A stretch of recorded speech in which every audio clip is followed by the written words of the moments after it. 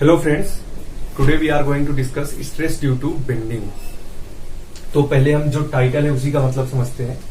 Bending कहाँ पे होगा? स्ट्रक्चरल सिस्टम में बेंडिंग किस पार्ट में होगा? And we already know enough about stress, so deal करते हैं। अगर स्ट्रक्चरल पार्ट की बात करें तो ये हॉरिजॉन्टल मेंबर्स बीम होते हैं, ये वर्टिकल मेंबर्स कॉलम होते हैं। बीम के अबव स्लैब होता है और कॉलम्स के बिलो फाउंडेशन होता है। ये बेसिक चीजें हम जानते हैं।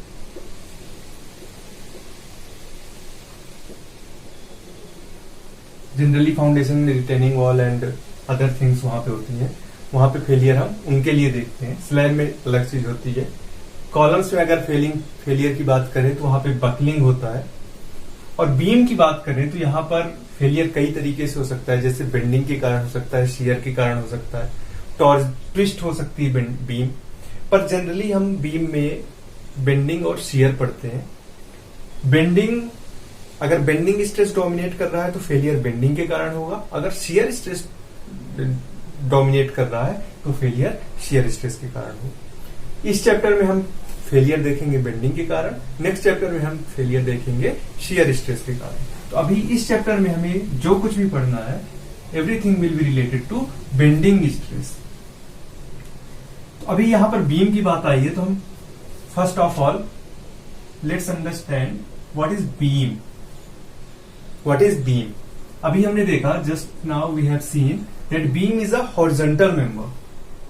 Beam is a horizontal member in which load acts perpendicular to its longitudinal axis.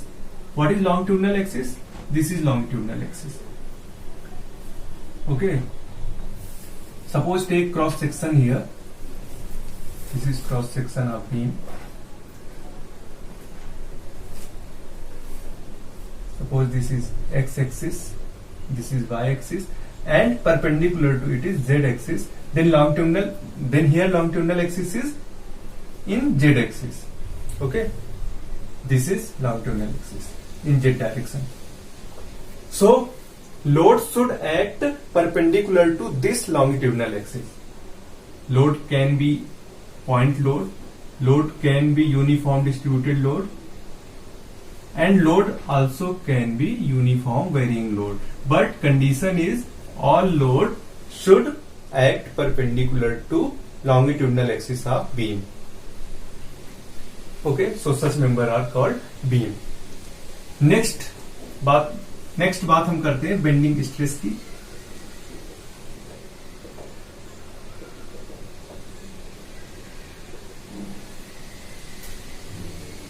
Bending stress क्या होता है? हम जानते हैं कि बीम में लोड के कारण shear force and bending moments आते हैं। तो बेंडिंग मोमेंट्स के कारण बीम बेंड करती है। बीम बेंड करती है तो उसमें क्या आते हैं? स्ट्रेसेस। वो हम और आगे डिटेल में पढ़ेंगे। जो हम फॉर्मूला यहां पे डिराइव करेंगे वो फॉर्मूला ये सिग्मा होता है बेंडिंग स्ट्रेस। ठीक है, वो आगे चलकर हम इसको डिराइव करेंगे। यहां पे हम देखते हैं कि बेंडिंग स्ट्रेस किन किन चीजों पे डिपेंड करता है। ये डिपेंड करता है क्रॉस सेक्शन एरिया पे, मोमेंट ऑफ इनर्शिया पे, सेंट्रॉइड कहां पर है।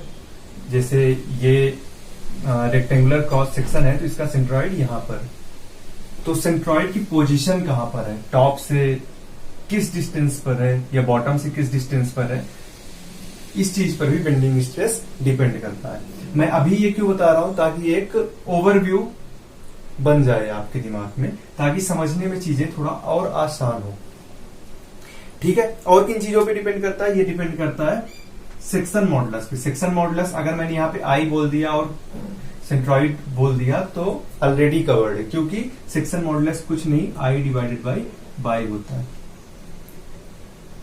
बाई यहां पर क्या है? सपोज ये क्रॉस सेक्शन है,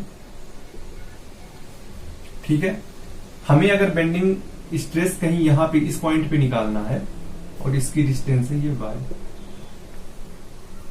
आई मुझे पता है, कैसे पता है? ये रेक्टेंगल है BD³/12, इसका आई होगा मोमेंट ऑफ इनर्शिया, एंड उसको हम डिवाइड करेंगे इस y से। अगर हमें इस लोकेशन पे बेंडिंग स्ट्रेस चाहिए, तो होता है सेक्शन मॉडुलस। ठीक है,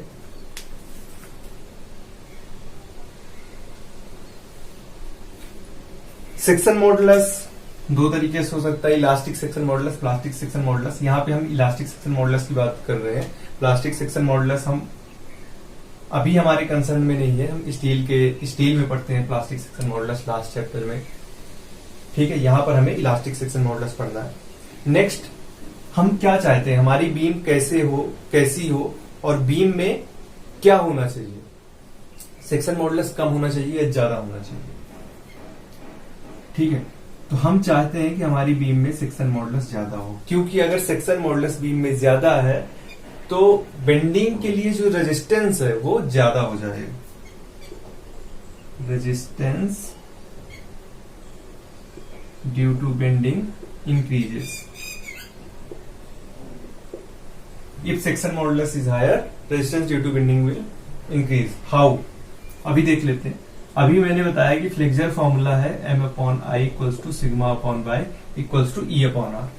यहां पर अगर देखें तो M इक्वल्स टू हो जाएगा sigma into I divided by Y।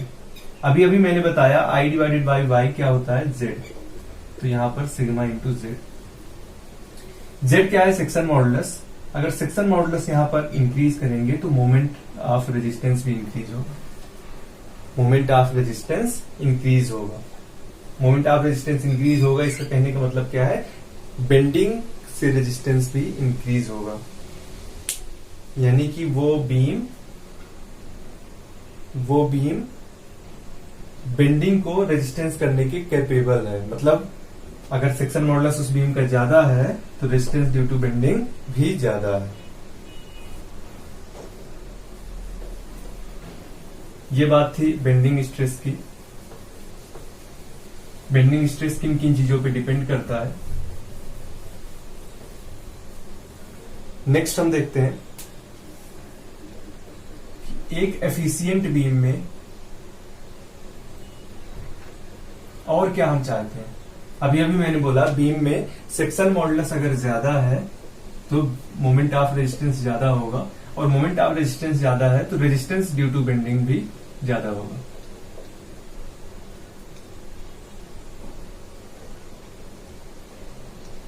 Bending resistance ज्यादा होगा। ओके, नाउ और क्या चीजें होनी चाहिए एफिशिएंट बीम में। एफिशिएंट बीम में हम चाहते हैं मोमेंट ऑफ इनर्शिया ज्यादा। अल्टीमेटली मेरा एम है कि बीम का वेट कम होना चाहिए। अगर बीम का वेट कम है तो हमारे पैसे कम लगेंगे और वो बीम इकोनॉमिक होगी। तो अल्टीमेटली मेरा एम है बीम लो वेट हो। तो लो वेट हम कैसे कर सकते हैं, एरिया को कम करके। और लो वेट, ठीक है, एरिया को अगर हम कम करेंगे तो बीम का वेट कम हो जाएगा।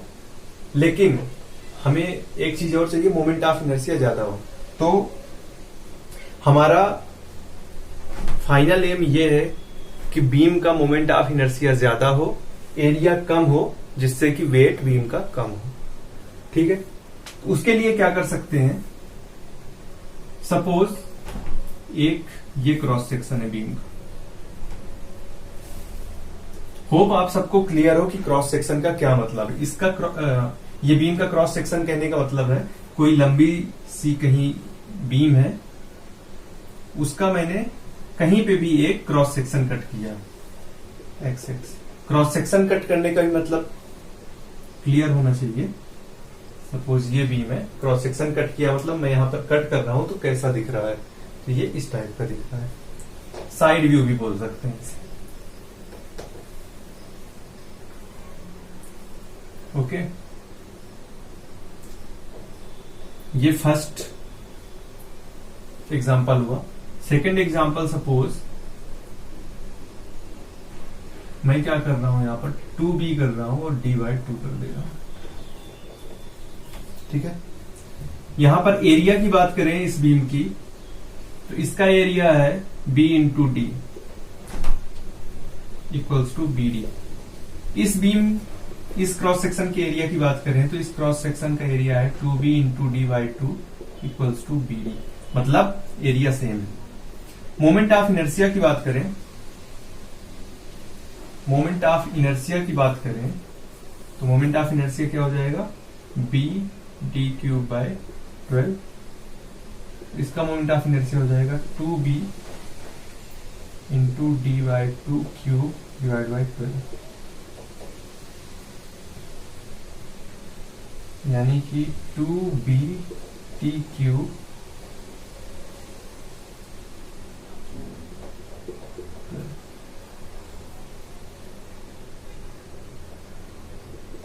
One by 4 b d cube divide by 12।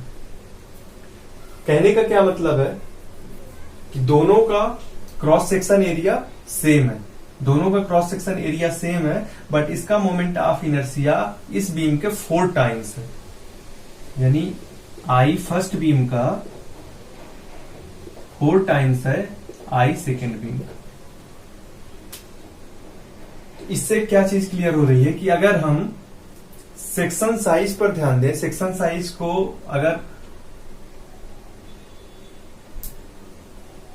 Ideal बनाएं तो उसका हम मोमेंट ऑफ इनर्शिया वेरी करवा सकते हैं। इसलिए जनरली आप देखते होंगे आई सेक्शन हम प्रोवाइड करते हैं, क्योंकि आई सेक्शन का मोमेंट ऑफ इनर्शिया ज्यादा होता है, मतलब हम सेम एरिया पर इसका मोमेंट ऑफ इनर्शिया बढ़ा सकते हैं। और हम बीम में अपने क्या चाहते हैं कि मोमेंट ऑफ इनर्शिया ज्यादा हो, लो वेट करके, वेट कम हो लेकिन मोमेंट ऑफ इनर्शिया ज्यादा हो। सबसे पहला एम हमारा होता है सेफ्टी। हम सेफ्टी को कॉम्प्रोमाइज नहीं करेंगे, चाहे हमारा पैसा कितना भी लग जाए, लेकिन अगर सेफ्टी हमें मिल रही है फिर हम कोशिश करेंगे कि हमारा पैसा कम लगे, तो उसके लिए हम आई सेक्शन यूज करते हैं। I section same area same रहेगा लेकिन मोमेंट ऑफ इनर्शिया बहुत ज्यादा दे देगा। ठीक है, होप आपको ये चीज क्लियर हो गई होगी। नेक्स्ट हम बात करते हैं कि बीम में हम कौन कौन सी लोडिंग देखेंगे, किन किन लोडिंग के लिए हमें बीम को डिजाइन करना पड़ता है।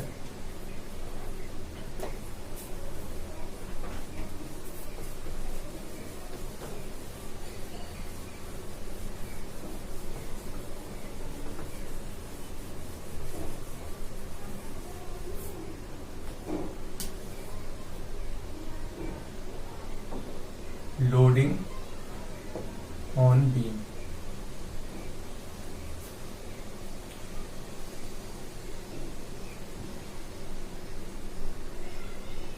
suppose these are columns and these are beams.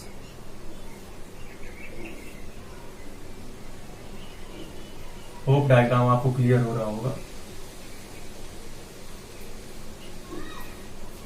थोड़ा 3D व्यू दिखाने की कोशिश की गई है यहाँ पे।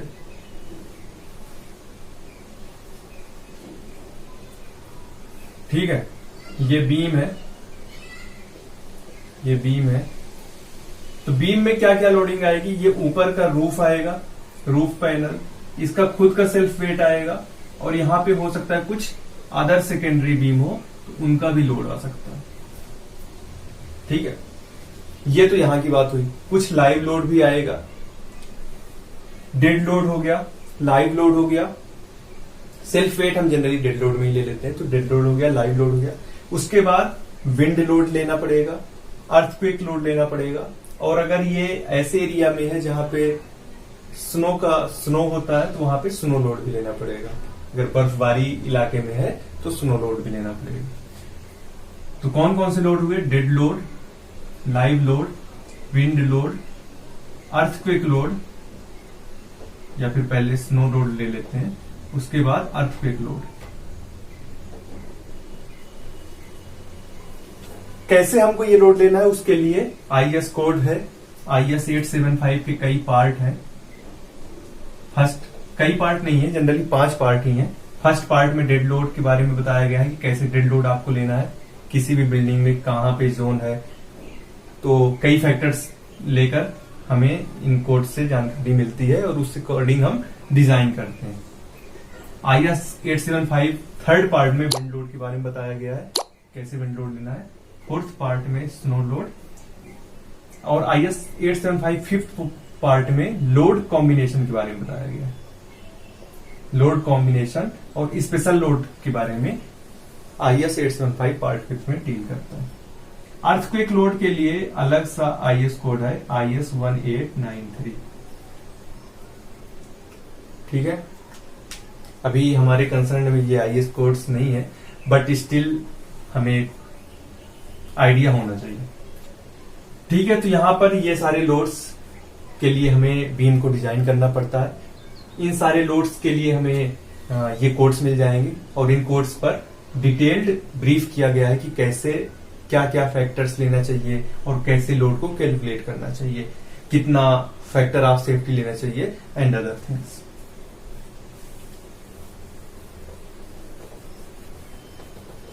ये था हमारे बेंडिंग स्ट्रेस का शॉर्ट इंट्रोडक्शन, जहां पे हमने समझा कि बीम के अंदर बेंडिंग स्ट्रेस भी होता है, शियर स्ट्रेस भी होता है। अगर बीम बेंडिंग स्ट्रेस के कारण फेल हो रही है तो हम बेंडिंग स्ट्रेस पढ़ेंगे, अगर शियर स्ट्रेस के कारण फेल हो रही है तो हम शियर स्ट्रेस पढ़ेंगे। जनरली बीम में दोनों स्ट्रेस होते हैं। अगर बेंडिंग स्ट्रेस डोमिनेट कर जाता है, बेंडिंग स्ट्रेस के कारण फेलियर हो जाता है, तो उसे बेंडिंग स्ट्रेस फेलियर बोलते हैं। अगर शियर स्ट्रेस डोमिनेट कर जाता है तो शियर स्ट्रेस फेलियर बोलते हैं। पर ऐसा नहीं बोल सकते कि अगर बेंडिंग स्ट्रेस है तो उसमें शियर स्ट्रेस नहीं है, शियर स्ट्रेस भी होता है। लेकिन हम एज्यूम करके चलते हैं कि बेंडिंग स्ट्रेस है तो प्योर बेंडिंग है, प्योर बेंडिंग, शियर वहां पे नहीं है। वही एजम्पशन के साथ हम स्ट्रेस ड्यू टू बेंडिंग पढ़ते हैं। ठीक है, तो क्या क्या एजम्पशंस होते हैं वो थोड़ा देर में पढ़ते हैं। अभी हमें ये पढ़ने का इंट्रोडक्शन के बाद क्या एम है हमें इस टॉपिक को पढ़ने का। हमारा एम है ये चैप्टर कंप्लीट होने के बाद हमको बेंडिंग स्ट्रेस निकालना आना चाहिए। कोई भी क्रॉस सेक्शन है, कोई भी क्रॉस सेक्शन है, इस क्रॉस सेक्शन के किसी भी पॉइंट पे अगर बोल दिया जाए ये बीम का क्रॉस सेक्शन है, मतलब बीम टी सेक्शन की है, ये थ्रू आउट लॉन्गिट्यूडिनल एक्सिस में जा रही है, तो किसी भी पॉइंट पे अगर बोल दिया जाए कि इस पॉइंट पे आप बेंडिंग स्ट्रेस निकालो तो हमें आना चाहिए कैसे निकालना है। दूसरा चीज, बेंडिंग स्ट्रेस निकालना आना चाहिए किसी भी पॉइंट में, bending stress at any point on cross section of beam.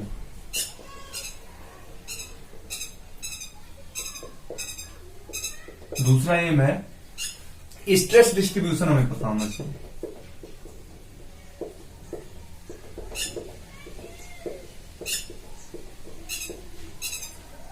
जो कि क्लियर है। If we know bending stress at each point we can calculate bending stress at any point on cross section of beam, then ultimately we can draw graph of stress distribution. तो यहां पर हम stress distribution का graph draw कर सकते हैं। ठीक है, ये कैसे ग्राफ आता है, कैसे डायग्राम बनता है, वो आगे हम बहुत डिटेल में पढ़ने वाले हैं। तो ये एम है इस चैप्टर को पढ़ने। अब हम स्टार्ट करते हैं फ्लेक्सर फॉर्मूला।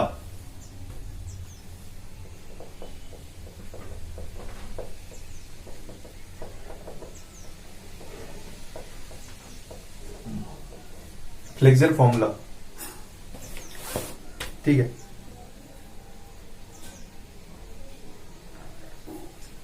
जनरली हम क्या चाहते हैं कि हमारी बीम सेफ हो, बीम क्या हो, सेफ हो। उसके लिए हम ये सारी चीजें पढ़ रहे हैं। धीरे धीरे करके छोटी छोटी चीजें सीख कर अल्टीमेटली हम सारी चीजें सीख जाएंगे जब, तो हम अपने क्या चाहेंगे कि हमारी बीम सेफ हो। फिर अल्टीमेटली और हमारा ब्रॉड व्यू क्या होता है कि हमारा पूरा स्ट्रक्चर सेफ हो। तो हम बीम की बात कर रहे हैं, बीम को सेफ करने के लिए हम देख रहे हैं कि कौन कौन से फैक्टर उसको अफेक्ट करते हैं। तो उसके बाद हम आए बेंडिंग पे, कि बेंडिंग आती है, बेंडिंग उसको अफेक्ट कर सकती है। तो अब बेंडिंग में आए तो हम क्या जानते हैं कि बीम में परपेंडिकुलर लोडिंग एक्ट होती है, और परपेंडिकुलर लोडिंग के कारण उसमें क्या आता है, शियर फोर्स और बेंडिंग मोमेंट आता है। तो बीम बेंड के किसके कारण होती है, बेंडिंग मोमेंट के कारण होती है।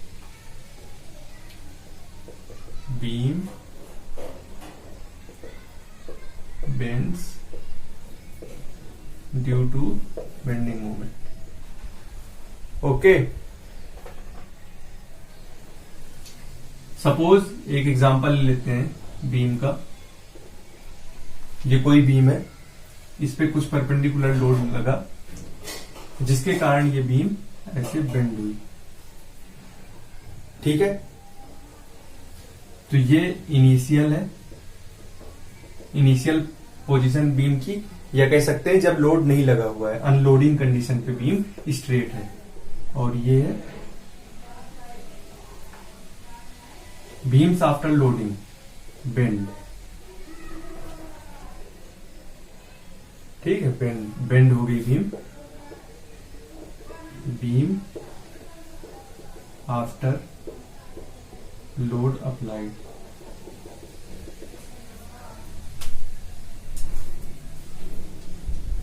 इसको मैं लाइन से दिखा दिया हूं। Generally beam line cross section की नहीं होती है, लाइन पॉइंट नहीं रहेगा उसमें। बीम अगर रेक्टेंगुलर क्रॉस सेक्शन इस टाइप की बीम होगी, इसी को मैंने लाइन से दिखा दिया, तो कंफ्यूज नहीं होना है उसमें। अब समझने वाली बात क्या है कि अगर बीम इस टाइप से बेंड हुई, ठीक है, इस टाइप से समझ लो, बेंड हुई, सॉरी, तो क्या होगा कि ऊपर वाला पार्ट छोटा होगा और नीचे वाला बड़ा होगा। आ रहा है समझ में? विजुलाइज हो रहा है?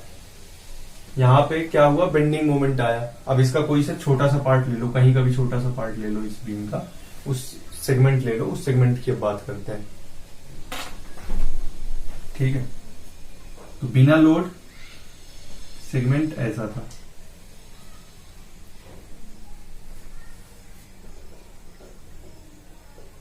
ए का सेगमेंट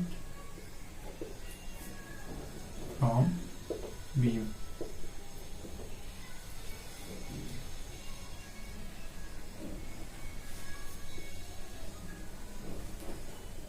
ये क्या है,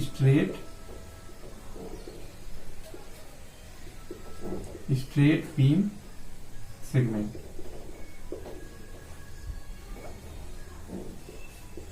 When load is not applied, when load not applied, अब लोड इस पे अप्लाई होगा, ये लोड अप्लाई हुआ तो बेंडिंग मोमेंट आया। तो अगर हम पर्टिकुलर इसी सेक्शन की बात करें तो यहां पे ऐसे बेंडिंग मोमेंट आया, ऐसे भी आ सकता है, पर हम अभी एज्यूम कर रहे हैं सैगिंग आया।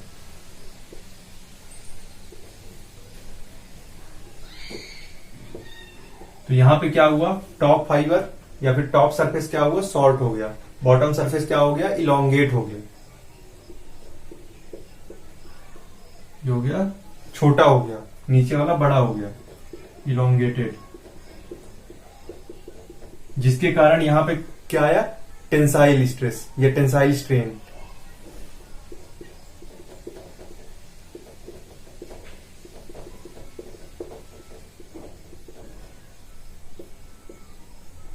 और ऊपर क्या आया, कंप्रेसिव स्ट्रेन आया। समझ रहे हैं? यहां पर ये अगर लेंथ dx है तो ऊपर वाला पार्ट dx से छोटा हो गया और नीचे वाला पार्ट dx से बढ़ गया। अगर ये कम हुआ मतलब वहां पे क्या आ रहा है, कंप्रेशन आ रहा है। ठीक है, देख के भी समझ में आ रहा है, ये ऐसे हो रहा है, ऐसे खींच रहा है, खींच रहा है मतलब टेंशन वहां पे आ रहा है। ऊपर वाला कम हो रहा है मतलब वहां पे क्या आ रहा है, कंप्रेशन आ रहा है, कंप्रेशन। तो यहाँ पे दोनों जगह क्या आ रहा है, स्ट्रेन आ रहा है, अल्टीमेटली दोनों जगह स्ट्रेन आ रहा है, क्योंकि ये dx से छोटा हो रहा है, dx से ज्यादा हो रहा है। स्ट्रेन होता क्या है, change in length divide by original length. कहीं पे भी चेंज इन लेंथ हुआ, लेंथ में चेंज हुआ, वहां पर स्ट्रेन आएगा। यहां पर लेंथ में क्या हो रहा है, चेंज हो रहा है, इसलिए क्या आ रहा है, स्ट्रेन आ रहा है। ठीक है, होप कि आपको समझ में आ गया होगा। लेकिन यहाँ पे कंप्रेसिव स्ट्रेन आएगा और यहाँ पे टेंसाइल स्ट्रेन आएगा, क्योंकि नीचे वाला खींच रहा है, ऊपर वाला दब रहा है।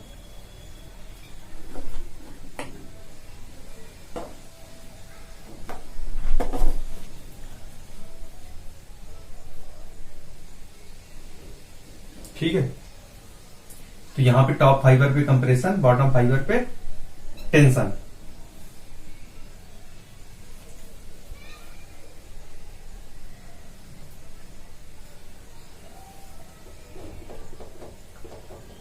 फाइबर पर कंप्रेशन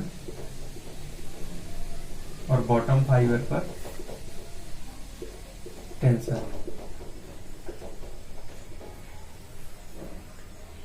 ओके,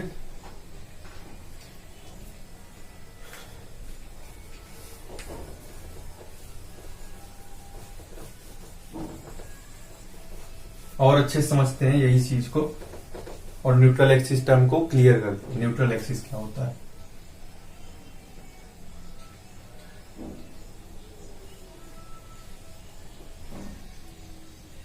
और सेंट्रोइडल एक्सिस क्या होता है। सेंट्रोइडल एक्सिस तो सबको पता है। सेंट्रोइडल एक्सिस क्या होता है? जो भी सेंट्रोइड से पास हो। सेंट्रोइड क्या होता है? सेंट्रोइड कौन सा पॉइंट होता है? सेंट्रोइड कैसे निकालते हैं, वो सब बेसिक चीजें वो सब आनी चाहिए। जैसे ये रेक्टेंगल है तो इसका सेंट्रोइड कैसे निकालेंगे, इसका सेंट्रोइड एक्स बार और वाई बार कैसे निकालते हैं वो आपको आना चाहिए। ए यहां पे summation A X divide by A करते हैं, ठीक है। इसके लिए भी summation A Y divide by summation A करते हैं, तो वहां से ये सेंट्रोइड पॉइंट आता है।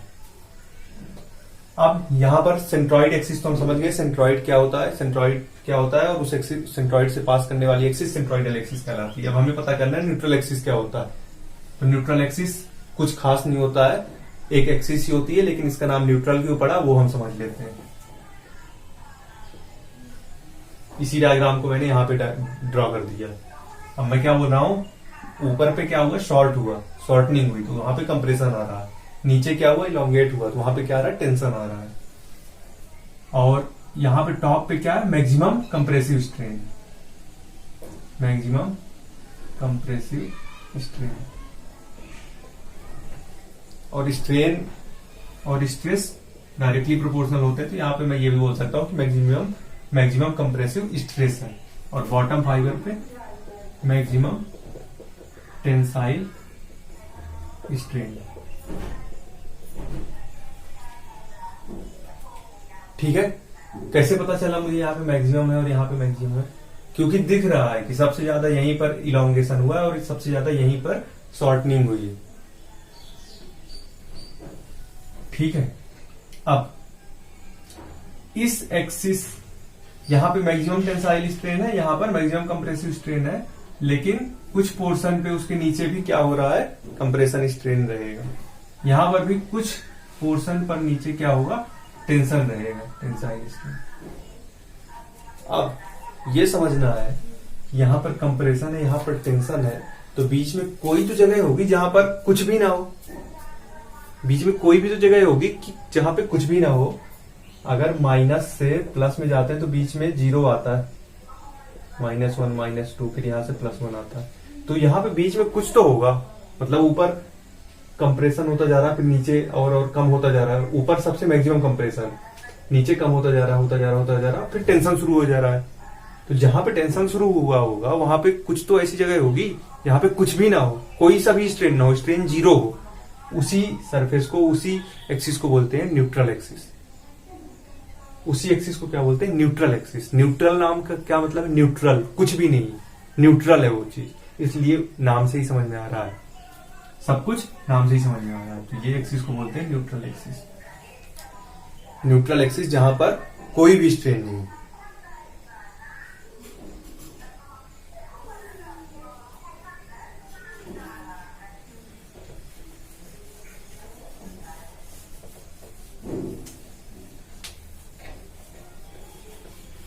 ठीक है,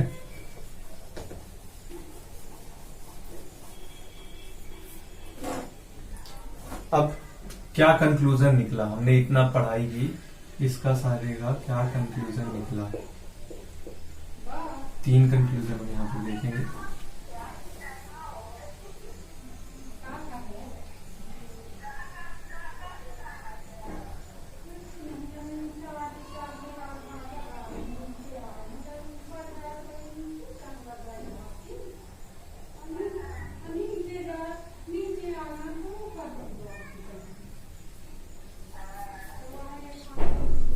पहला कंक्लूजन है, beam subjected to bending moment as shown as shown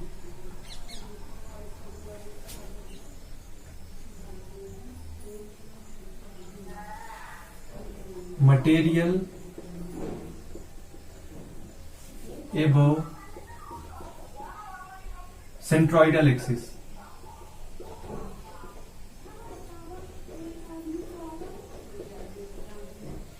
will be in compression. Will be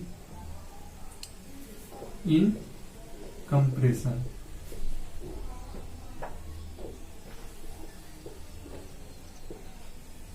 Will be in compression and maximum compressive stress will be at top.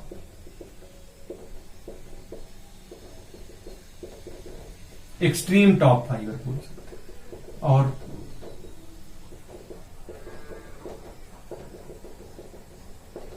Precisely बोल सकते हैं हम। Beam subjected to bending moment as shown, हमने देखा था कि कैसे bending moment लगा था। ये कुछ भी लोडिंग है ऊपर, ठीक है, हमने कुछ भी यहां पर छोटा सा सेगमेंट लिया, ये सेगमेंट लिया मैंने, और इस सेगमेंट में अब बेंडिंग मोमेंट ऐसा हम एज्यूम कर रहे हैं कि ऐसा बेंडिंग मोमेंट अप्लाई हो रहा है, और हम क्या मानकर चल रहे हैं कि ये प्योर बेंडिंग है, यहाँ पे सिर्फ बेंडिंग हो रही है, ना तो टॉर्जन आ रहा है, ना तो कुछ शियर स्ट्रेस और कोई किसी टाइप की लोडिंग नहीं है, सिर्फ बेंडिंग हो रहा है। तो beam subjected to bending moment as shown, material as shown above, इसकी बात हो रही है। मटेरियल एबव सेंट्रोइडल एक्सिस, ये सेंट्रोइडल एक्सिस है, लोडिंग के बाद ये कैसे हो गया, ये ऐसे हो गया, सेंट्रोइडल एक्सिस अभी भी वहीं पे है। सेंट्रोइडल एक्सिस के ऊपर जो पार्ट होगा वो किसमें है, कंप्रेशन में है। Material above centroidal axis will be in compression and maximum compression stress, maximum compressive stress will be eight extreme top fibre. Maximum कहां पे होगा, यहां पे एक्सट्रीम टॉप फाइबर, ये बात कही गई। दूसरा सेम यही चीज, मटेरियल, लेकिन वो किसके लिए, सेम यही चीज, लेकिन वो किसके लिए, नीचे वाले पार्ट के लिए। Material below centroidal axis will be in tension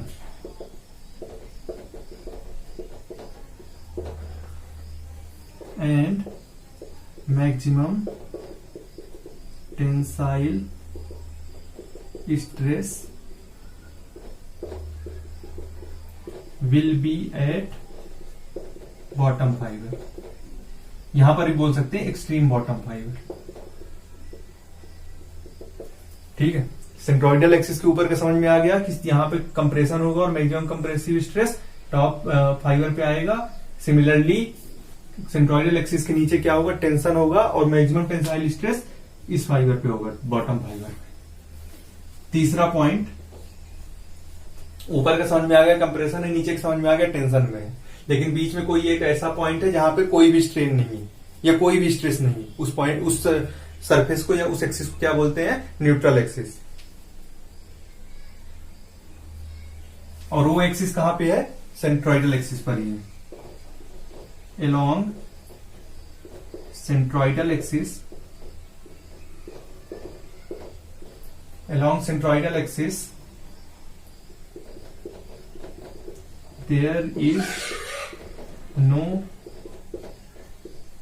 stress and no strain. This axis is called neutral axis. This axis is called neutral axis. Neutral axis कहने का कारण समझ में आ रहा है, क्योंकि ये न्यूट्रल है, ना तो स्ट्रेस है ना स्ट्रेन है, तो सेंट्रोइडल एक्सिस को ही हम क्या बोल देते हैं, न्यूट्रल एक्सिस। होप कि आपको ये तीनों कंक्लूजन समझ में आ गए होंगे। इन तीनों कंक्लूजन को अगर समझ में आ गए, यही बेसिक है, अगर ये चीजें पता चल गई तो अब आगे का डेरिवेशन बहुत ही आसान है। तो आगे अब हम डेरिवेशन की तरफ बढ़ते हैं, कुछ एजम्पशन के साथ, कुछ एजम्पशन को पता करते हुए।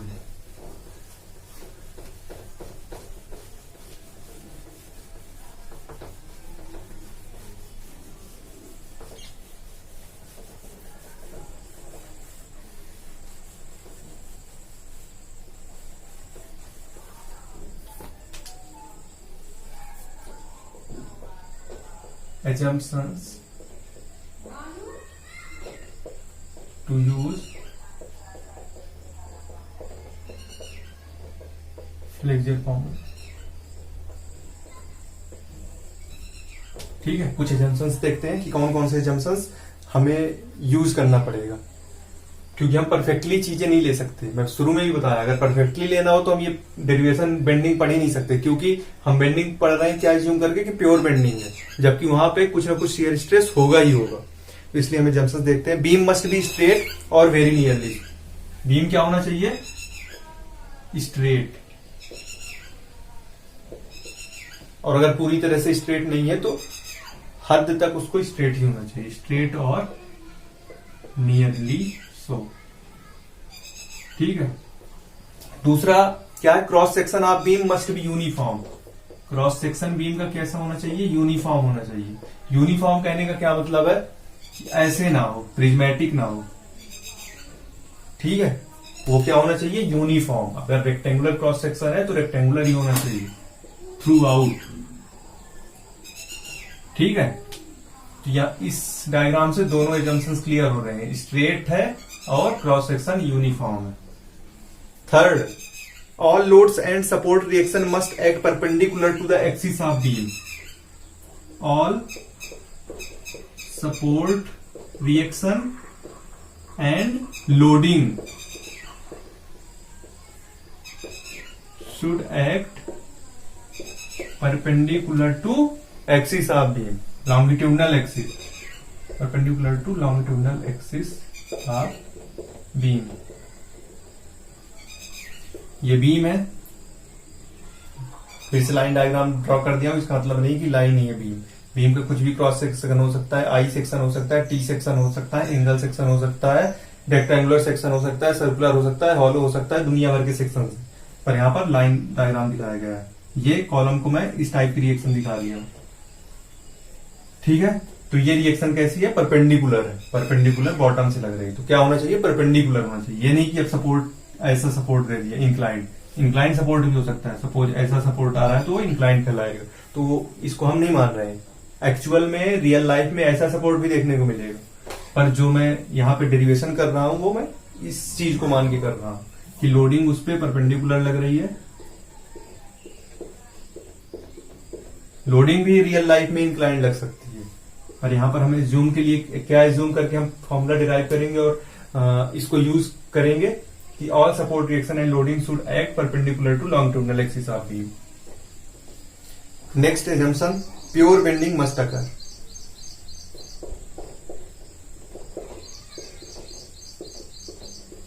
प्योर बेंडिंग मतलब कि वहां पे ट्विस्टिंग नहीं हो रही है।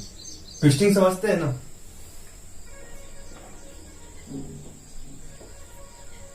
अगर यहां पर बात करें, ये x, y और ये z, ठीक है, ये बीम है, ये इस बीम का क्रॉस सेक्शन है कहीं पर भी। अब ट्विस्टिंग कैसे होगा? ये x के अलोंग अगर मोमेंट आया तो ये होगा बेंडिंग, y के अलोंग आया तब भी होगा बेंडिंग, लेकिन z के अलोंग आया तो वो क्या कर रहा है? ट्विस्ट कर रहा है बीम को। वो क्या कर रहा है? बीम को ट्विस्ट कर रहा है। थोड़ा सा इमेजिन करिए, ये बीम सपोज फिक्स्ड है, ऐसी बीम है, ठीक है। अब ये ट्विस्ट कैसे होगा? ऐसे होगा जब इस एक्सिस के अलोंग मूवमेंट आए, ठीक है। ये एक्सिस कोई भी हो सकती है, नामकरण कुछ भी आप दे सकते हैं। इस एक्सिस के अलोंग ये एक्सिस, जो ये क्रॉस सेक्शन है, जैसे इस क्रॉस सेक्शन की यहां पर ये मार्कर वाली एक्सिस को अगर मूवमेंट आता है इस एक्सिस, तो क्या होगा? ट्विस्टिंग होगा। लेकिन और दोनों एक्सिस में अगर मूवमेंट आता है तो क्या होगा? बेंडिंग होगा। तो यहां पे सिर्फ बेंडिंग ही होना चाहिए, ट्विस्टिंग नहीं होना चाहिए। Pure bending, no twisting. Next क्या है कि बीम का जो मटेरियल है वो होमोजीनियस होना चाहिए।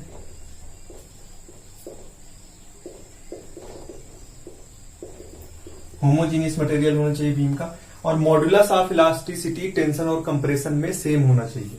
ऐसा मटेरियल होना चाहिए बीम का जिसमें modulus of elasticity in compression should be equal to modulus of elasticity in tension.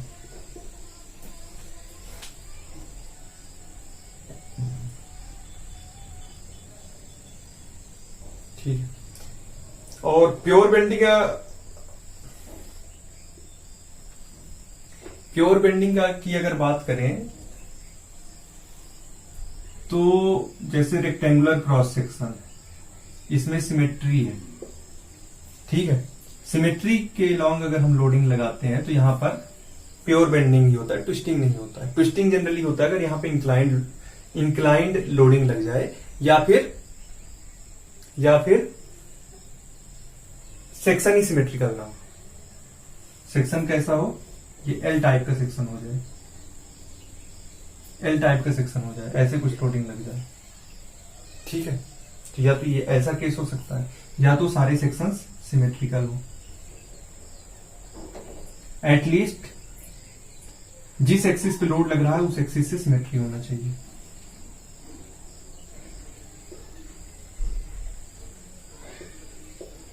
ठीक है। सिमेट्रिकल दिख नहीं रहे होंगे पर ये मैं समझ लीजिएगा सिमेट्रिकल ही बना है।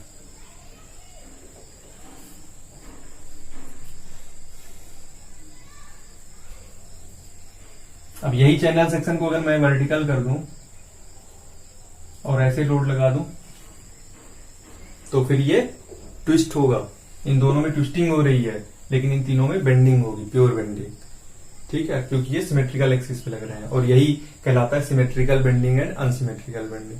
इस पे फिर एक और कॉन्सेप्ट आता है शियर सेंटर का, फ्लेक्सर सेंटर का, कि अगर फ्लेक्सर सेंटर के थ्रू लोडिंग लग रही है तो वहां पर सिमेट्रिकल बेंडिंग ही होगी या फिर प्योर बेंडिंग ही होगी, ट्विस्टिंग नहीं होगी। तो वो आगे पढ़ेंगे शियर सेंटर या फ्लेक्सर सेंटर का कॉन्सेप्ट। लेकिन ज्यादा नहीं है, बस इतना ही है कि अगर फ्लेक्सर सेंटर इसका कहां पे होता है, फ्लेक्सर सेंटर की लोकेशन, वो सब भी आगे पढ़ेंगे जब फ्लेक्सर सेंटर की बात होगी।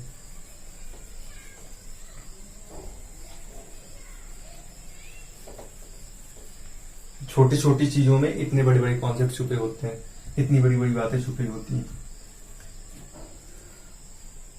नेक्स्ट एजम्पशन है कि बीम रिलेटिवली लॉन्ग होनी चाहिए। बीम क्या होनी चाहिए, लॉन्ग होनी चाहिए एज कंपेयर टू टेप। तो क्या ऐसा माना जाता है, कोई ये पर्टिकुलर रूल नहीं है पर ऐसा हम लेकर चलते हैं कि जो लेंथ है बीम की वो डेप्थ के 10 टाइम से ज्यादा होनी चाहिए। नेक्स्ट, हुक्स लॉ फॉलो होना चाहिए।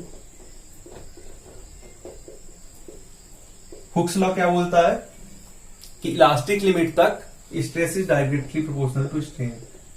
तो यहां पर हम ये मानकर चलेंगे कि स्ट्रेस जो है प्रोपोर्शनल लिमिट के नीचे ही है।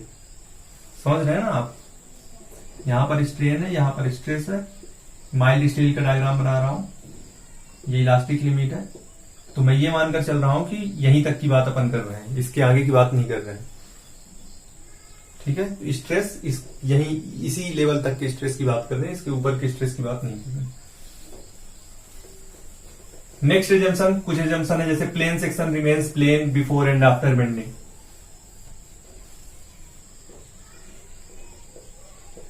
प्लेन सेक्शन बेंडिंग के पहले प्लेन है, बाद में भी प्लेन ही रहना चाहिए। कैसे, अभी देखा,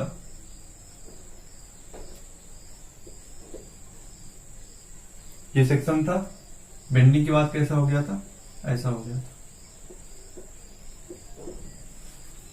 ठीक है। ये तो सिर्फ फ्रंट व्यू देखा है सेगमेंट। अगर थोड़ा सा 3D या साइड व्यू देखें तो ये इस टाइप का रहेगा, और बेंडिंग के बाद ऐसा ही रहना चाहिए। ये कहने का मतलब इसको ट्विस्ट नहीं होना, इसमें कोई बेंडिंग नहीं आना चाहिए, इसमें कोई दिक्कत नहीं आना चाहिए। समझ रहे हैं क्या कहने का मतलब है कि ये अगर मैं साइड व्यू से देखूं तो ये बेंडिंग के पहले ऐसे था और बेंडिंग के बाद भी ऐसे ही, इस पे कोई रैपिंग या डिफॉर्मेशन नहीं हुआ। ये एज स्ट्रेट शुरू में थी, बाद में भी स्ट्रेट, हालांकि वर्टिकल हो गई, इंक्लाइंड हो गई है। ये स्टार्टिंग में वर्टिकल स्ट्रेट थी, ये बाद में इंक्लाइंड स्ट्रेट हो गई, लेकिन है स्ट्रेट, कुछ ऐसे मुड़ी नहीं, स्ट्रेट ही है, ये कहने का मतलब है। Plane section remains plane before and after bending. Next assumption है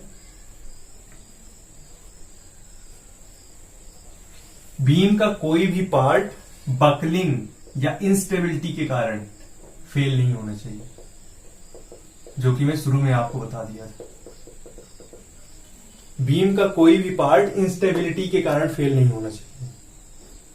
इंस्टेबिलिटी में क्या आता है? बकलिंग, क्रिपलिंग और अदर चीजें।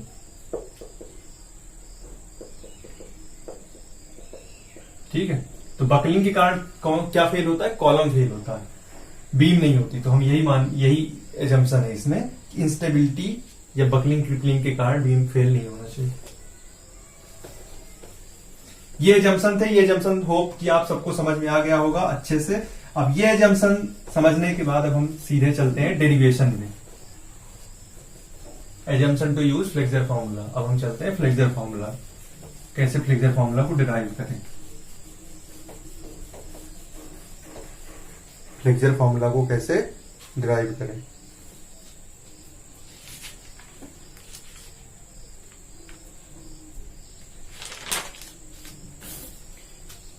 ठीक है, डेरिवेशन उसके पहले 2 पॉइंट और बता देता हूं। अभी जो मैं एजम्पशन देखा, एजम्पशन की लिस्ट तो बहुत सारी थी, लेकिन रियल लाइफ में फ्लेक्सर फॉर्मूला का बहुत ही वाइड यूज होता है, बहुत जगह यूज होता है। क्योंकि जनरली बीम्स मतलब कुछ एजम्पशन वहां पे कंडीशन अगर फॉलो नहीं भी होती तो उसके लिए भी कुछ पार्ट है। समझ रहे ना मैं क्या बोलना चाह रहा हूं? इतनी सारी एजम्पशंस के बाद भी ये जो फ्लेक्सर फॉर्मूला होता है वो बहुत वाइडली यूज होता है, पहली चीज। दूसरी चीज, कुछ कंडीशंस अगर नहीं सेटिस्फाई होती तो उसके लिए भी तरकीब है। उसके लिए क्या तरकीब है? Combined stress.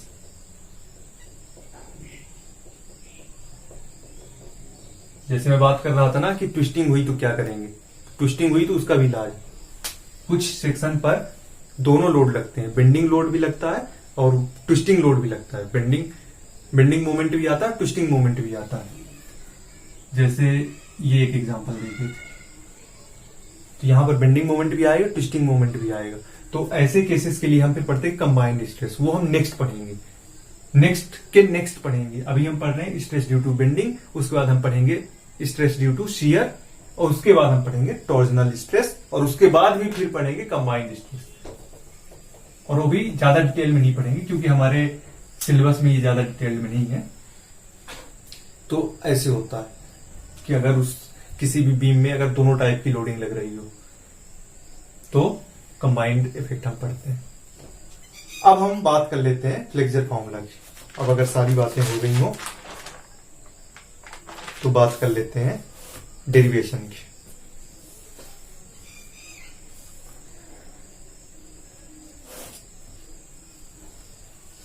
ठीक है, हमने देखा था ये बीम है, इसमें कुछ इस टाइप की लोडिंग लगी, हमने यहां से एलिमेंट चुराया, तो एलिमेंट शुरू में ऐसा था, थोड़ा सा और बड़ा बनाते हैं जिससे दिक्कत ना हो।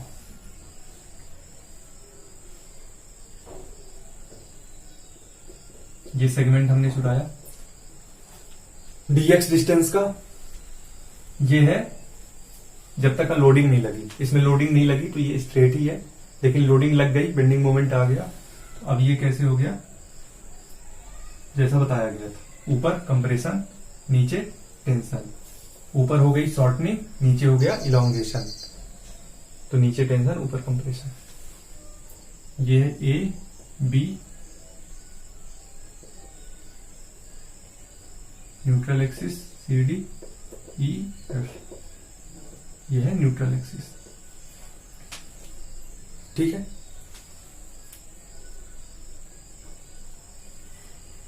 न्यूट्रल एक्सिस में अभी हम ऑलरेडी डिटेल में पढ़ चुके हैं। न्यूट्रल एक्सिस में ना तो कोई स्ट्रेस आएगा ना स्ट्रेन आएगा। तो यहां पर न्यूट्रल एक्सिस की अगर डिस्टेंस dx है तो यहां पर भी न्यूट्रल एक्सिस की डिस्टेंस dx ही होगी। ठीक है, क्योंकि कोई स्ट्रेन नहीं आ रहा है। स्ट्रेन जीरो का मतलब स्ट्रेन होता क्या है? Change in length divide by original length. तो change in length equals to 0 है, मतलब स्ट्रेन 0 है। जो यहां पर CD है, CD की जो यहां पर न्यूट्रल एक्सिस की लेंथ है dx, वही यहां पर भी होगी। ये भी न्यूट्रल एक्सिस है, इसको a डैश b डैश बोल देते हैं, इसको e डैश f डैश बोल देते हैं, ये c डैश है, d डैश, ठीक है। इसको और आगे बढ़ा देते हैं, इसको एज्यूम कर लेना, इसको d थीटा बोल देते हैं, या फिर थीटा ही बोल दो, इसको एज्यूम कर लेना कि यहीं पे मिल रहा है, ठीक है। अब ये कर्व है तो इसको मैं, कर्व का पार्ट है तो मतलब आगे हमने बढ़ाकर इसको थोड़ा सर्कल की प्रॉपर्टी यूज करके डिराइव करने की कोशिश करेंगे।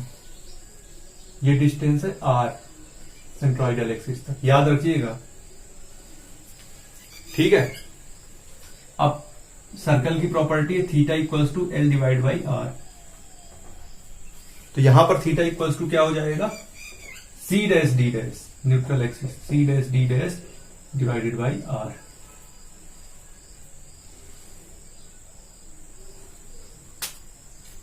और C डैश D डैश क्या है, dx है, तो यहां पर dx डिवाइड बाई R भी बोल सकते हैं,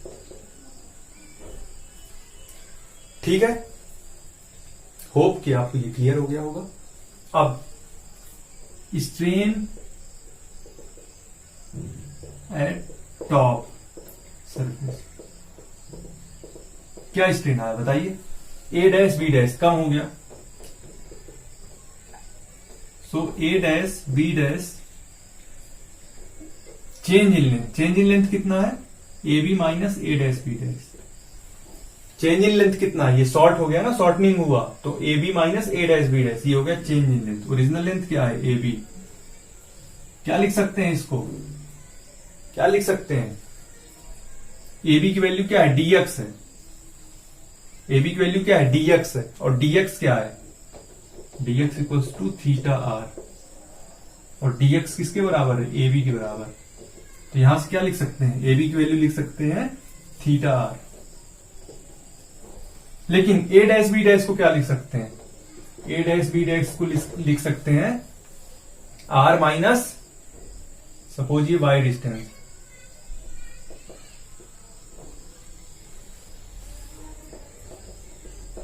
बता देना न्यूट्रल एक्सिस से किसी भी पॉइंट को जनरली बाई लेते हैं कि बाई न्यूट्रल एक्सिस से कितना ऊपर है, यहां पे बाई ले लेते हैं, तो क्या हो जाएगा, r minus y into theta. समझ में आया कैसे ये किया, थीटा इक्वल्स टू क्या होता है, L अपॉन R, तो थीटा इक्वल्स टू, अगर यहां की बात करें a डैश b डैश की, तो r की वैल्यू क्या है, r माइनस y, तो r minus y into theta, क्योंकि थीटा इक्वल्स टू यहां पे इसके लिए क्या हो जाता, L की वैल्यू क्या है, r माइनस y,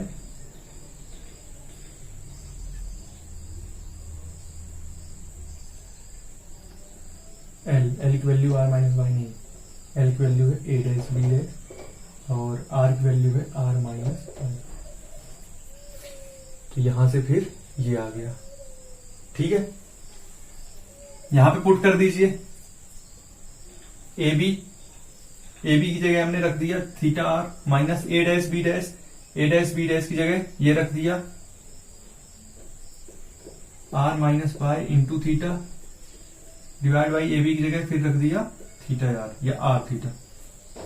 तो इसको फिर से सॉल्व करते हैं, r theta minus r theta minus minus plus y theta divide by theta r theta cancel, आ गया y theta divide by r theta, फिर से थीटा कैंसिल, तो एप्सिलॉन इक्वल्स टू आ गया y अपॉन r। एप्सिलॉन क्या होता है,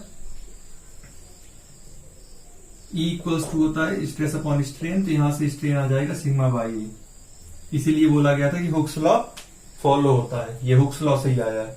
Hooke's law क्या बोलता है, stress is directly proportional to strain, तो यहां पे प्रोपोर्शनलिटी कांस्टेंट आता है मॉडुलस ऑफ इलास्टिसिटी, तो वहां से ये फॉर्मूला आया, तो स्ट्रेन इक्वल्स टू हो जाएगा सिग्मा बाई ई, तो स्ट्रेन इक्वल्स टू हो जाएगा सिग्मा बाई ई। अब इसको इधर उधर किए तो यहां पे क्या हो जाएगा, sigma upon Y equals to E upon R. ठीक है, आधा पार्ट डिराइव हो गया, M upon I equals to sigma upon Y equals to E upon R में लास्ट वाला पार्ट डिराइव हो गया, फर्स्ट वाला पार्ट डिराइव करते हैं।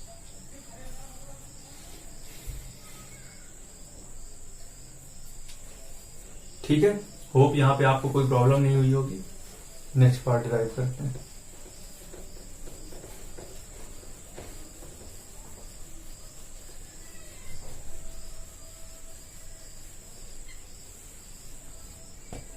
क्रॉस सेक्शन ले लेते हैं बीम का, इसी सेगमेंट का क्रॉस सेक्शन ले लो।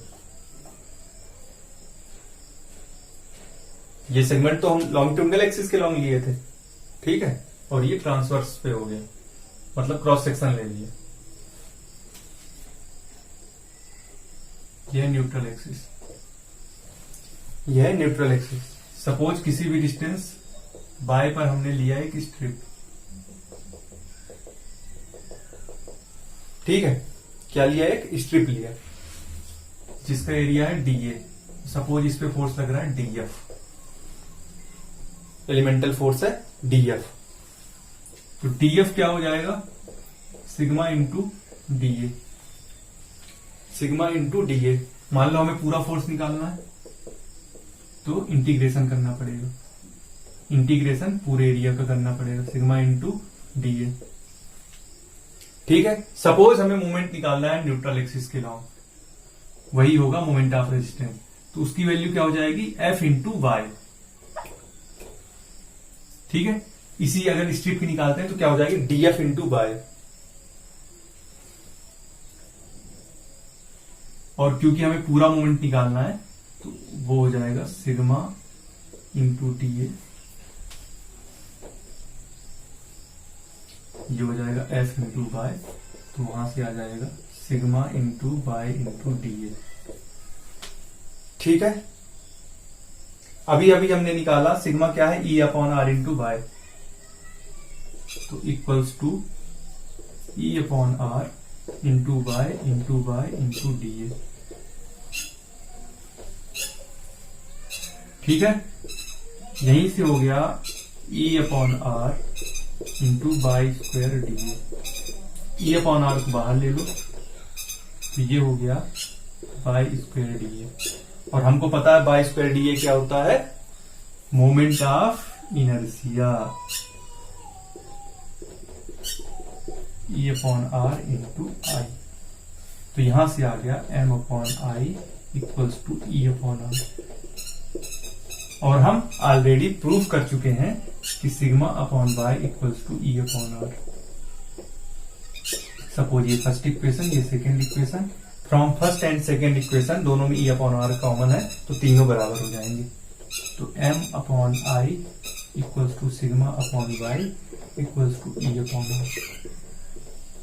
इस तरह से हमने फ्लेक्सर फॉर्मूला प्रूव कर दिया, पूरी बेसिक के साथ और हर चीज का प्रॉपर नॉलेज लेते हुए इस तरह से बहुत ही आसानी से फ्लेक्सर फॉर्मूला को हमने प्रूव कर दिया। जो भी हमारा टाइम लगा वो टाइम था बेस को मजबूत करने में, स्टार्टिंग में टाइम लगा। फ्लेक्सर फॉर्मूला जब सारी चीजें पता हो गई तो फ्लेक्सर फॉर्मूला प्रूव करने में कुछ टाइम नहीं लगा, बहुत ही कम टाइम में हम प्रूव कर दिए फ्लेक्सर फॉर्मूला को। उसके बाद हम थोड़ा सा और चीजें समझते हैं, स्ट्रेस डिस्ट्रीब्यूशन समझते हैं। Stress distribution along cross section कैसे होता है, और जो स्टार्टिंग में मैं बताया था कि हम सिर्फ मान लिए सेंट्रोइडल एक्सिस ही न्यूट्रल एक्सिस, सेंट्रोइडल एक्सिस ही न्यूट्रल एक्सिस है, क्योंकि टॉप पे कंप्रेशन हो रहा है, नीचे टेंशन हो रहा है, तो बीच में कहीं पे ऐसा पॉइंट आ रहा है जहां पे जीरो है स्ट्रेस और स्ट्रेन भी, तो उसको क्या बोलते हैं, न्यूट्रल। उसको क्या बोलते हैं, न्यूट्रल एक्सिस, न्यूट्रल एक्सिस बोलते हैं। पर हमें ये कैसे पता चला कि न्यूट्रल एक्सिस सेंट्रोइडल एक्सिस में ही है, सेंट्रोइडल एक्सिस में कोइंसाइड है, तो उसका भी प्रूफ देखेंगे। तो दो चीजें बची हैं, दो चीजें कर लेते हैं और एक एग्जांपल देख लेंगे तो ये चीज और अच्छे से क्लियर हो जाएगी।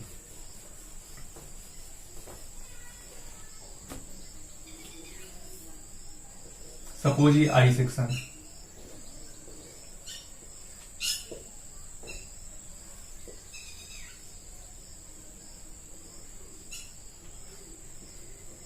अभी मैं क्या पढ़ा रहा हूं, अभी मैं स्ट्रेस डिस्ट्रीब्यूशन बता रहा हूं,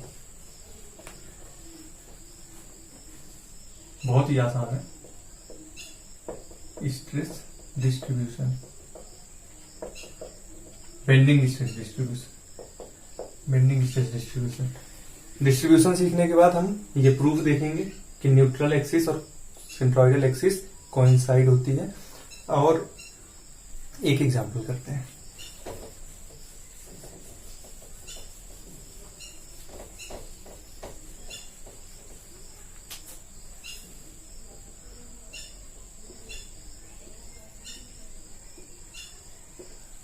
ये क्रॉस सेक्शन है, अगर मैं इसको ये साइड से देखा हूं, अगर फ्रंट से देखूंगा तो ये ऐसे दिखेगा। हो रहा क्लियर? ये चीज ऐसे जा रहा है और इसी तरह से वेब भी जा रहा है, वेब भी। तो मैं यहां से देख रहा हूं, इस टाइप, इस व्यू से देख रहा हूं, तो मुझे ये दोनों लाइन दिखेगी और ये दोनों लाइन दिखेगी। ठीक है, इसमें दिक्कत नहीं जानी चाहिए। तो यहां से मैं देख रहा हूं तो ये व्यू यहां पे आ गया।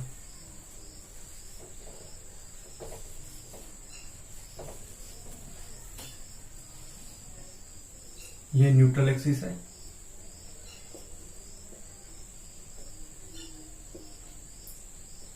अब न्यूट्रल एक्सिस के ऊपर क्या है, कंप्रेशन मोमेंट, इसी टाइप से लग रहा है। ऊपर क्या है, कंप्रेशन, और नीचे है टेंशन, और यहां पे जीरो जोन है। तो ये इस टाइप से कुछ डिस्ट्रीब्यूशन होता है, लीनियर डिस्ट्रीब्यूशन होता है।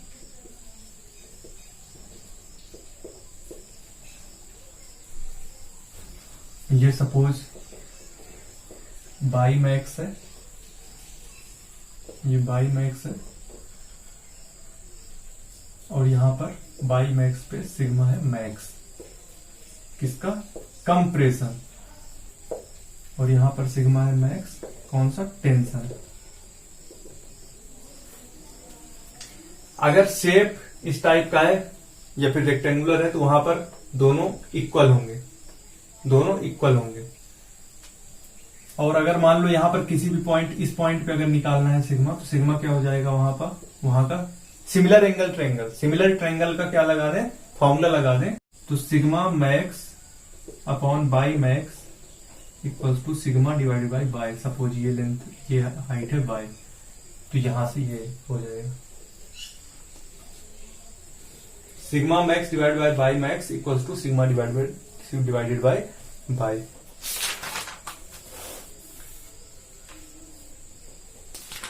ठीक है,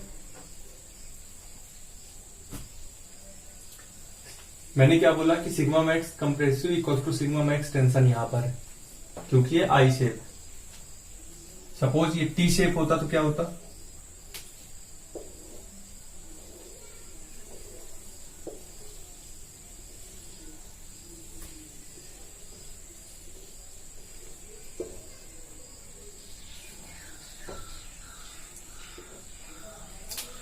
टी शेप है तो टी शेप की सबसे पहले हम निकालेंगे सेंट्रॉइडल एक्सिस। सेंट्रॉइडल एक्सिस कैसे निकालते हैं, बाई बार निकालना है तो a1 by 1 plus a2 by 2 divided by a1 plus a2, तो वहां से बाई बार आ जाएगा। जनरली ये फ्लैंज के पास होती है न्यूट्रल सेंट्रॉइडल एक्सिस। और अभी हमने देखा है कि सेंट्रॉइडल एक्सिस और न्यूट्रल एक्सिस एक ही है, कोइंसाइड होती है। प्रूव नहीं किया है पर ये शुरू से ही करते आ रहे हैं और अभी थोड़ी देर बाद प्रूव भी कर देंगे। तो यही सेंट्रॉइडल एक्सिस न्यूट्रल एक्सिस हो जाएगी। यहां पर ये सपोज ये, अब यहां पे क्या डिस्ट्रीब्यूशन होगा, ऐसे डिस्ट्रीब्यूशन हो जाएगा, होगा लीनियर ही रहेगा, distribution linear.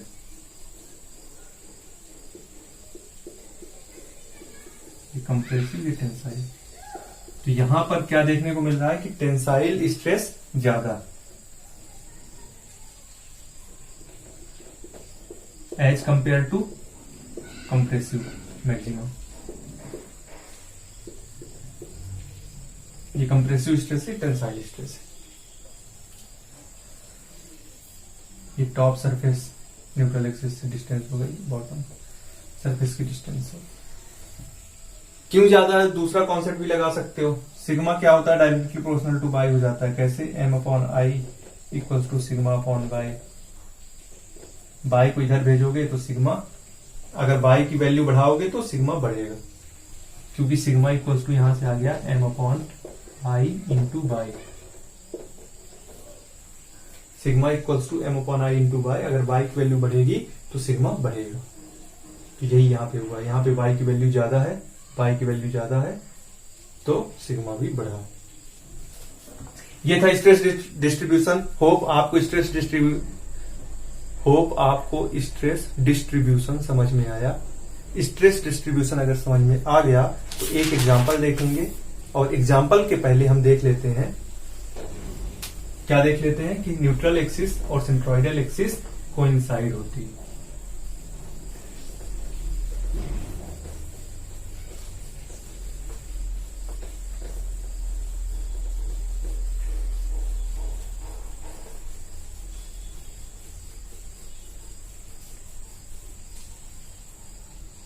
Prove that neutral axis coincide with centroidal axis. Question है prove that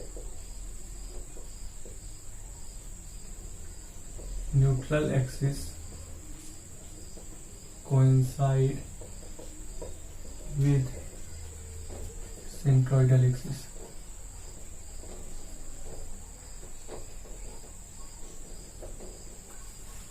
ठीक है,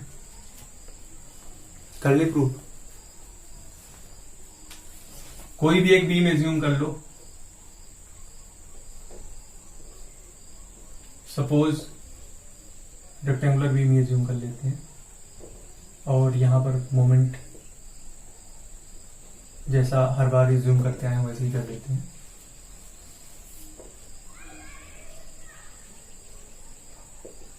ये न्यूट्रल एक्सिस है। सपोज यहां पे कोई एक स्ट्रिप है इस टाइप की, जिसका एरिया डीए है और फोर्स एलिमेंटल फोर्स डीएफ लग रहा है, जैसा कि अभी थोड़ी देर पहले देख रहे थे।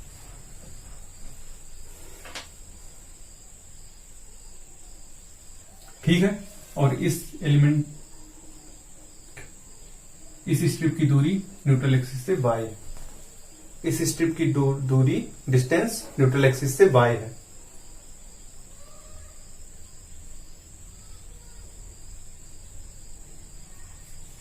ठीक है, अब देखिए ये समझिएगा कि ऊपर क्या है, कंप्रेशन है, नीचे क्या है, टेंशन। ऊपर कंप्रेसिव स्ट्रेस है, नीचे टेंसाइल स्ट्रेस, बीच में न्यूट्रल एक्सिस जहां पर कोई सा भी स्ट्रेस नहीं।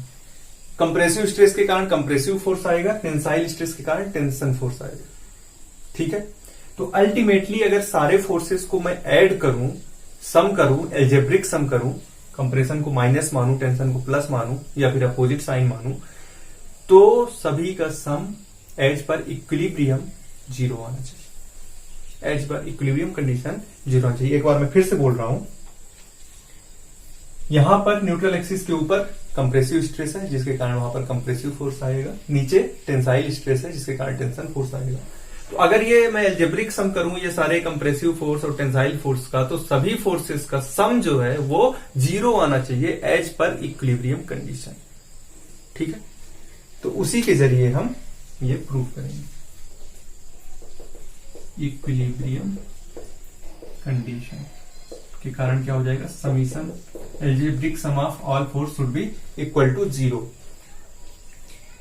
अब एलिमेंटल फोर्स क्या होगा, elemental force on strip. Elemental force on strip, strip बोल दो या elemental area d a, strip of area d a क्या हो जाएगा, d f equals to sigma into d a. अगर मुझे एल्जेब्रिक सम करना है, पूरा फोर्स निकालना है, तो इंटीग्रेशन करना पड़ेगा। तो इंटीग्रेशन कर दो। ठीक है, अभी थोड़ी देर पहले ही देख रहे थे, या फिर यहां पर भी देख सकते हो। ये अगर सिग्मा मैक्स है और जिसकी डिस्टेंस बाई मैक्स है, अगर बाई डिस्टेंस पे सिग्मा निकालना है तो क्या क्या करेंगे, sigma max divide by y max equals to sigma divided by y. अभी थोड़ी देर पहले देखा था, तो वही चीज यहां पर करेंगे हम। सिग्मा की जगह ये वैल्यू रख देंगे, तो क्या हो जाएगा, बाय को इधर भेज दो और ये वैल्यू रख दो, sigma max divided by y max into y into d a. ये इक्वल्स टू क्या होना चाहिए, 0 एज पर इक्विलिब्रियम कंडीशन। ठीक है, sigma max bye max integration के बाहर निकालो और उधर भेज दो, 0 हो गया। यानी अब हमारे पास बचा y into d a equals to 0। ठीक है, अब हम जानते हैं कि y into d a summation हो गया, मतलब ये क्या पार्ट आ गया, यहां पर लिख देते हैं।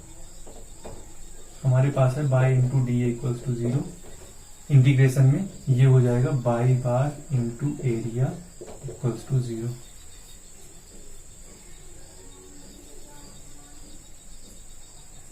Bye bar into area equals to 0। Area 0 के बराबर तो हो नहीं सकता, ये एरिया हमें दिख रहा है कुछ ना कुछ है, तो since area can not be equal to 0,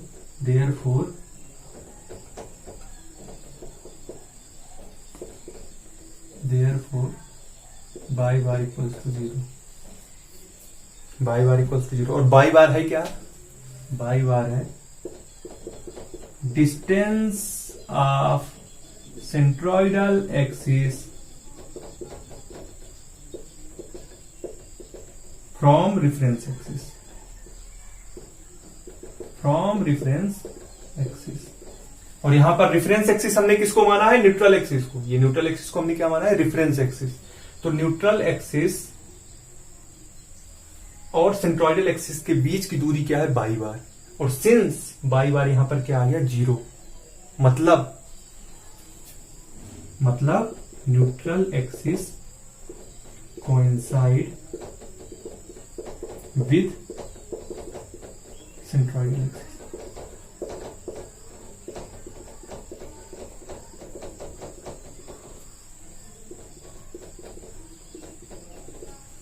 ठीक है, hence neutral axis coincide with centroidal axis. क्यों, क्योंकि हमको पता है बाय बार इक्वल्स टू 0 हो गया।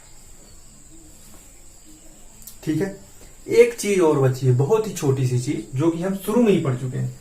ये प्रूफ हो गया, ये समझ में आ गया, ये चीज हम शुरू से ये जूम करते आ रहे हैं कि neutral axis coincide with centroidal axis, last में हमने प्रूफ भी कर दिया। ठीक है, अब एक छोटी सी चीज बची है, वो भी कर लेते हैं, और एक एग्जाम्पल करके, लास्ट एग्जाम्पल करके इस लेक्चर को खत्म करते हैं।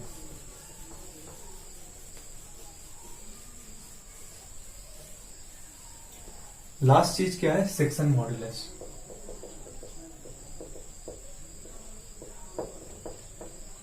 सेक्शन मॉड्यूलस क्या होता है, z equals to I divided by y. क्यों जरूरत पड़ी इसको पढ़ने की, सेक्शन मॉड्यूलस को पढ़ने की जरूरत क्यों पड़ी, m upon I equals to होता है सिग्मा अपॉन बाय सिग्मा। ठीक है, अब स्ट्रेस हो गया m upon I into y. यहां पर हम ये समझ सकते हैं कि बेंडिंग स्ट्रेस बाई की डायरेक्टली प्रोपोर्शनल है और मोमेंट ऑफ इनर्शिया के इनवर्सली प्रोपोर्शनल। ठीक है, moment of inertia direct inversely proportional और बाई के डायरेक्ट प्रोपोर्शनल। तो ऐसा कोई एक फैक्टर निकालें, जिससे हम ये पता कर सके कि डायरेक्टली उस फैक्टर पे, सिर्फ उस फैक्टर पे डिपेंड करे बेंडिंग स्ट्रेस। या मोमेंट ऑफ रेजिस्टेंस की बात करें तो मोमेंट ऑफ रेजिस्टेंस यहां पे क्या हो जाएगा, sigma divided by into by. तो ये मोमेंट ऑफ रेजिस्टेंस सिर्फ एक फैक्टर पे डिपेंड करे, दोनों फैक्टर पे ना डिपेंड करे। तो हमने क्या किया, आई अपॉन बाई को एक फैक्टर बना दिया सेक्शन मॉड्यूलस। इसको बोलते हैं इलास्टिक सेक्शन ऑफ मॉड्यूलस। इसकी और भी कई प्रॉपर्टीज हैं, पर ये यहां पर क्या यूज आता है उस चीज की बात कर रहा हूं। स्टील टेबल होती है, स्टील टेबल में डायरेक्ट सेक्शन मॉड्यूलस की वैल्यू से हम पता कर सकते हैं, थोड़ा सा आइडिया लगा सकते हैं कि कौन सा सेक्शन हमें सेलेक्ट करना चाहिए अपने डिजाइन के लिए। तो ये कहानी है इलास्टिक सेक्शन ऑफ मॉड्यूलस की। तो यहां पर मैं क्या लिख सकता हूं, आई अपॉन वाई को m r equal to sigma into z. और शुरू में लेक्चर जैसे स्टार्ट किया था मैं बताया था कि मोमेंट अगर जेड की वैल्यू ज्यादा, सेक्शन मॉड्यूलस की वैल्यू ज्यादा है, तो रेजिस्टेंस ड्यू टू बेंडिंग ज्यादा होगा। Resistance due to bending, bending के लिए रेजिस्टेंस ज्यादा होगा, यानी वो मेंबर क्या करेगा, बेंडिंग को अपोज करेगा, बेंडिंग को अपोज करेगा। रेजिस्टेंस ड्यू टू बेंडिंग का मतलब समझ में आ रहा है, मतलब ये बेंडिंग मूवमेंट लगा, बेंड करने की कोशिश कर रहा है, पर ये मेंबर अपोज करेगा, बेंड नहीं होगा, बेंड नहीं होगा, क्योंकि इसका सेक्शन मॉडुलस ज्यादा है। ये कहने का मतलब मोमेंट ऑफ रेजिस्टेंस, ये है अप्लाइड मोमेंट, ये है अप्लाइड मोमेंट, और moment of resistance opposite direction में लगेगा। मोमेंट ऑफ रेजिस्टेंस किसका है, मेंबर का, अपोजिट डायरेक्शन में लगेगा। तो हम अगर सेक्शन मॉडुलस ज्यादा किए तो एमआर ज्यादा हो जाएगा, मोमेंट ऑफ रेजिस्टेंस ज्यादा हो जाएगा, जो कि बेंडिंग को रेजिस्टेंस देगा, क्योंकि यहां का मोमेंट ऑफ रेजिस्टेंस ज्यादा होता है। ठीक, ये कहानी थी सेक्शन मॉडुलस की। होप आपको ये लेक्चर अच्छे से समझ में आया होगा। अब लास्ट एग्जांपल हम कर रहे हैं, लास्ट और पहला एग्जांपल दोनों।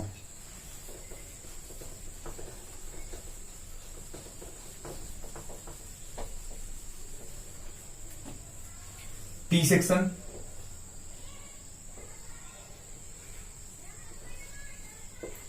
इस प्रॉब्लम में सारी चीजें दी गई हैं,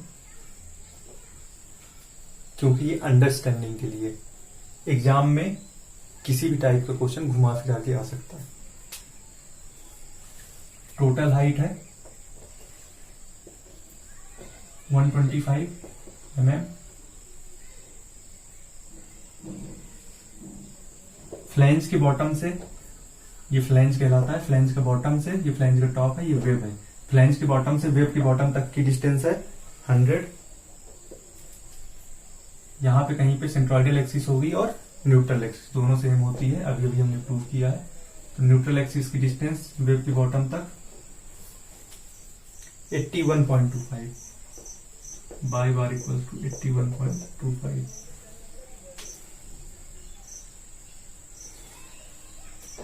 ये है 25 mm। ठीक है, ये सिर्फ क्रॉस सेक्शन है, ये बीम का क्रॉस सेक्शन है, बीम लंबी है और है सिंपली सपोर्टेड, क्वेश्चन में ही दिया गया है सिंपली सपोर्टेड। उस पर कुछ लोडिंग ऐसी लग रही होगी और उस लोडिंग की वजह से बेंडिंग मोमेंट है, maximum bending moment 11.3 kilo newton metre. Moment of inertia इस सेक्शन का है 7.1 into 10⁶ millimetre to the power 4। Question क्या पूछा गया है कि ये ए पॉइंट पे, बी पॉइंट पे, सी पॉइंट पे,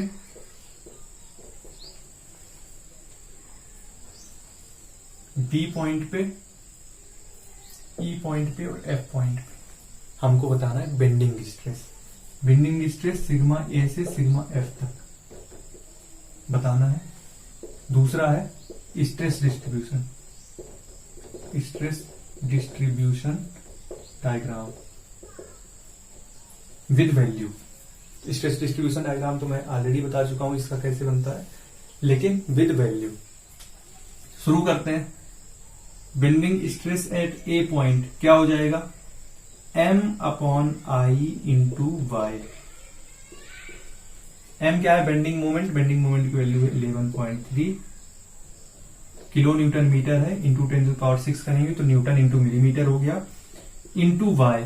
वाई क्या होता है, इस पॉइंट की बात कर रहे हैं तो इस पॉइंट की डिस्टेंस न्यूट्रल एक्सिस से कितनी है 81.25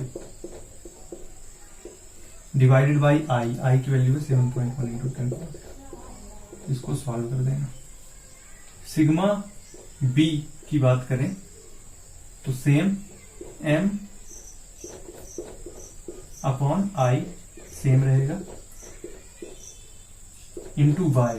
वाई की बात कर लेते हैं, वाई यहां पे क्या रहेगा, वाई क्या रहेगा, इस बी पॉइंट की डिस्टेंस न्यूट्रल एक्सिस से, तो ये हो जाएगा 81.25 माइनस 25। होप आपको समझ में आ गया होगा। अब हर जगह सब सारे बेंडिंग स्ट्रेस में सेम चीज रहेगी, बस बाय की वैल्यू चेंज होगी। सिग्मा सी में भी सेम रहेगा, डी में भी, ई में भी, एफ में भी। तो मैं सिर्फ अब बाय की वैल्यू आपको यहाँ पे समझा रहा हूं। अगर बाय सी की बात करें तो ये हो जाएगी इसके बाय सी, जिसकी वैल्यू होगी 81.25 माइनस 50। ठीक है। बाय डी की बात करें, 0 बाय की वैल्यू 0, मतलब कि बेंडिंग स्ट्रेस की भी वैल्यू डी पे 0। ई की बात करें तो ये डिस्टेंस, और एफ की बात करें तो ये डिस्टेंस, और ये क्लियर हो जाएगा। इसके फिर ये वैल्यू के हिसाब से स्ट्रेस डिस्ट्रीब्यूशन डायग्राम ड्रॉ कर देना है, जो कि कैसे ड्रॉ होता है आपको पता है। यहां पे कंप्रेशन, बॉटम में टेंशन, और न्यूट्रल एक्सिस पे 0, ये ऐसे ड्रॉ हो जाएगा। ठीक है। न्यूट्रल एक्सिस पर 0, ऊपर कंप्रेशन, नीचे टेंशन, और बेंडिंग मोमेंट ऐसे लगेगा। ठीक है। ये एग्जांपल हो गया। आशा उम्मीद करता हूं कि आपको ये लेक्चर बहुत अच्छे से समझ में आया होगा। बेंडिंग स्ट्रेस कैसे लगता है और फ्लेक्सर फॉर्मूला क्या होता है और कैसे डिराइव करते हैं। होप आप सबको अच्छे से समझ में आया होगा। Thank you.